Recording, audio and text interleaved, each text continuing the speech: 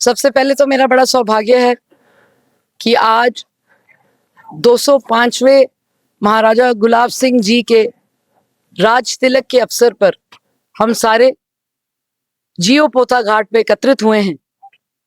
और जिस प्रकार से आपने कहा, हमने डोगरी में भाषण दिया और उसमें हमने एक बात रखी, और हम हिंदी में इसलिए बात कर रहे हैं क्योंकि मैं चाहती हूं कि पूरे जम्मू कश्मीर में आपके माध्यम से और पूरे भारत देश में ये संदेश जाए कि जो धरोहर है जम्मू कश्मीर की, वो आवाज हमेशा और वो इतिहास जो है अखनूर की धरती से उठकर, जम्मू की धरती से उठकर बना है।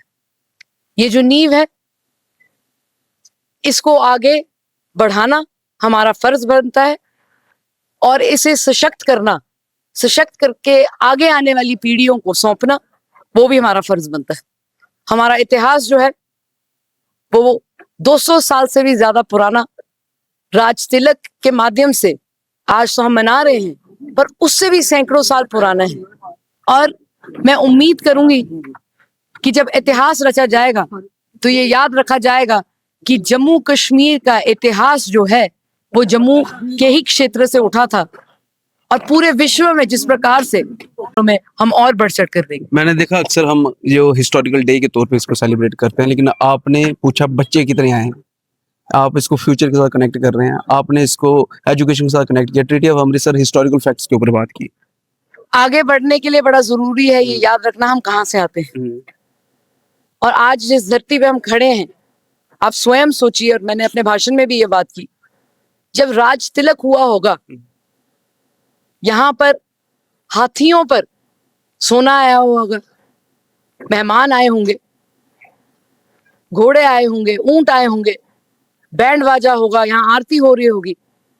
क्या वो एक विशाल धरोहर है हमारी?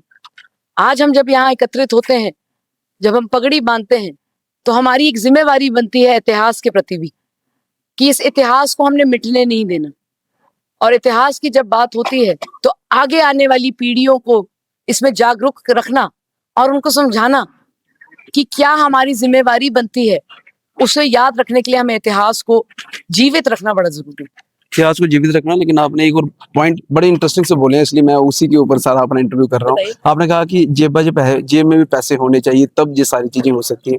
वो क्या पॉइंट था, क्या उसका क्या आपको ब्रीफ करना चाहते हैं? देखिए, मेरा बैकग्राउंड इकोनॉमिक्स में है। जी। और मुझे ये लगता है कि बड़ा जरूरी है कि जब पुराने जमाने में अगर आप देखें तो पेट्रनेज होती थी। जी। जब एक कल्चर को पेट्रनेज मिलता था, महाराजा गुलाब सिंह जी के आप देख लीजिए, तो जब हमारे बच्चे हर क्षेत्र में आगे बढ़ेंगे, खास तौर पर इकोनॉमिकली आगे बढ़ेंगे, तो वो अपनी सभ्यता को भी साथ रखने का, आगे बढ़ाने की क्षमता रखेंगे।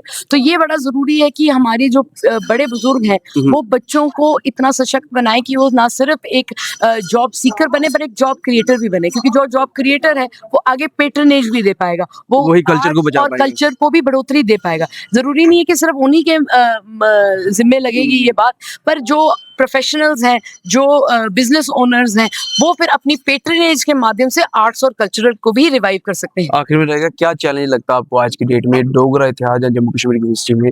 बीइंग ए यंग लीडर, आप अपने बारे में बता रहे थे, मैं सबसे ज्यादा यंगेस्ट आज हूँ। बीइंग ए यंग लीडर, आपको क्या सबसे बड़ा चैलेंज लगता है या कमी रही जो अब करने की जरूरत है?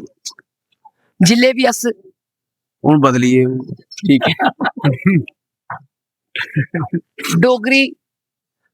डोगरा सभ्यता की गल करते हैं, सारा एक फर्ज बनता है कि अस मिलिए इसे बताने की गल करते हैं।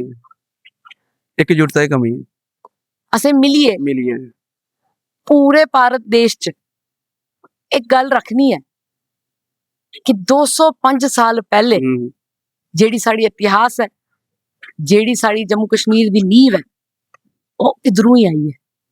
ते ये साड़ा फर्ज बनता है।